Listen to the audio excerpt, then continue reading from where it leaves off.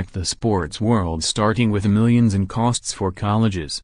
The tax bill that has passed the House and Senate will have wide-ranging impact on the college sports world if, as expected, President Trump signs it into law. Major college athletics programs are facing significant increases in the cost of already highly paid coaches and administrators due to a tax that will be imposed on the compensation of all nonprofit organizations' most highly paid employees.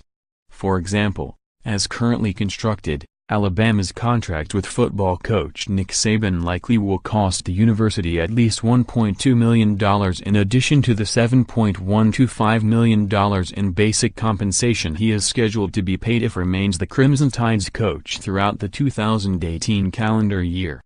Coaches' compensation: a look at the salaries for college football coaches. Meanwhile, athletics departments will have to mitigate potential fallout from the elimination of tax deductions that donors have been able to receive for contributions tied to rights to purchase tickets and that businesses have been able to receive for entertainment costs such as taking clients to sports events.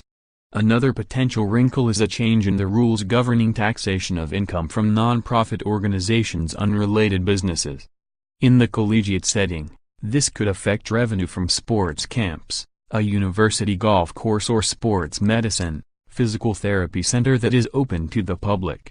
Overall for schools, this is going to cost hundreds of millions of dollars a year, said Tom McMillan, a former congressman who is now president and CEO of the Lead One Association, which represents athletics directors at schools in the NCAA's top-level football bowl subdivision. It's literally half a college football playoff worth of money. When you put it at that kind of magnitude, it wakes you up a little bit.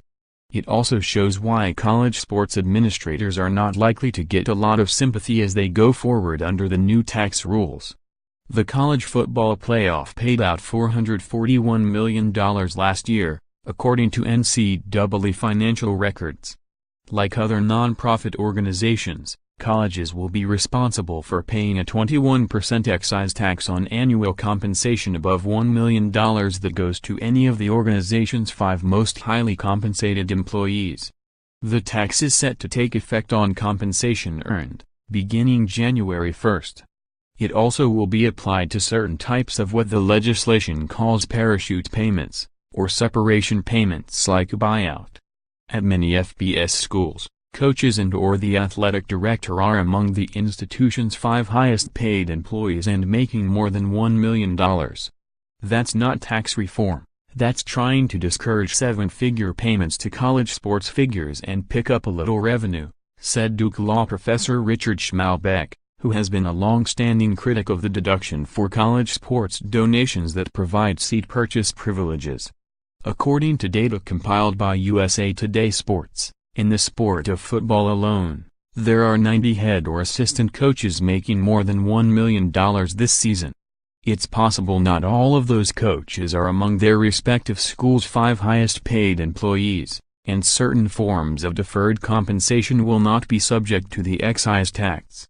But based on pay for the 2017 season, 65 public schools would have faced a combined total of about $30 million in tax just for their football coaches.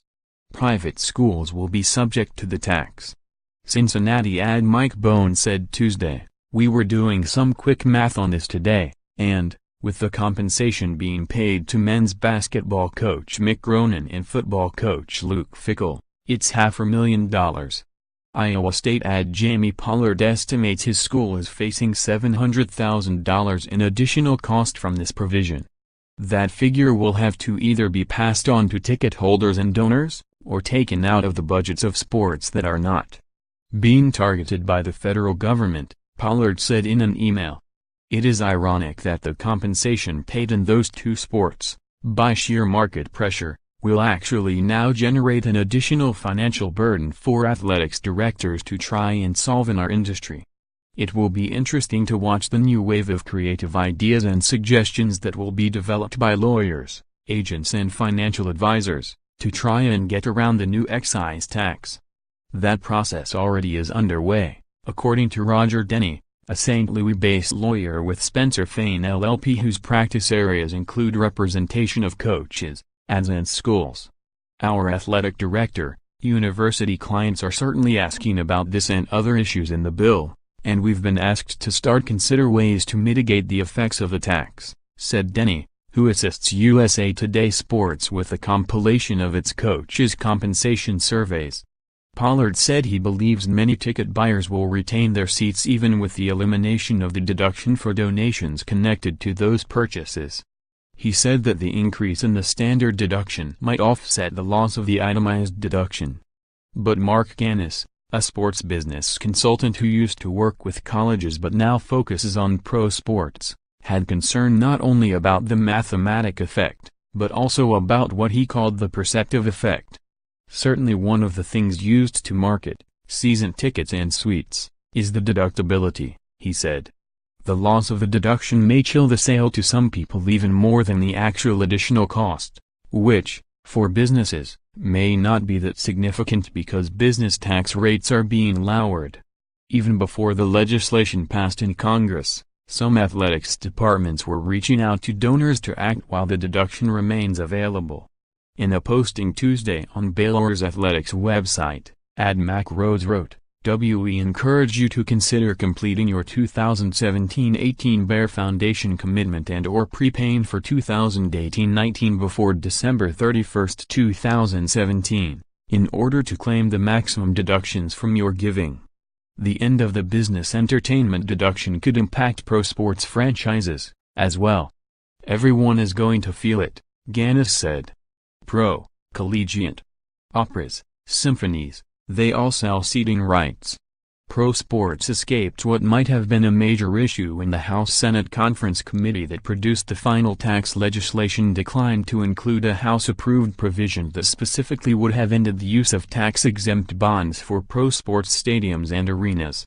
Private activity bonds, a form of financing that colleges use for construction projects including athletic facilities, also would no longer have been tax-exempt under the House version, but that provision also was dropped by the conference committee.